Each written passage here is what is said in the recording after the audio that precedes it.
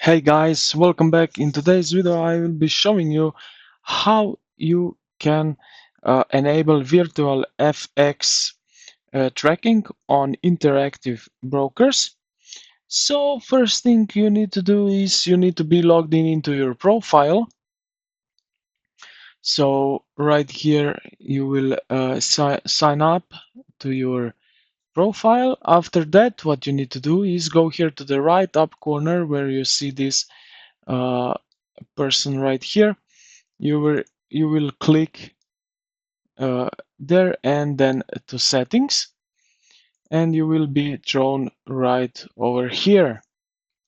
Now you will just scroll down a little bit, and right over here in trading you will see virtual FX trading.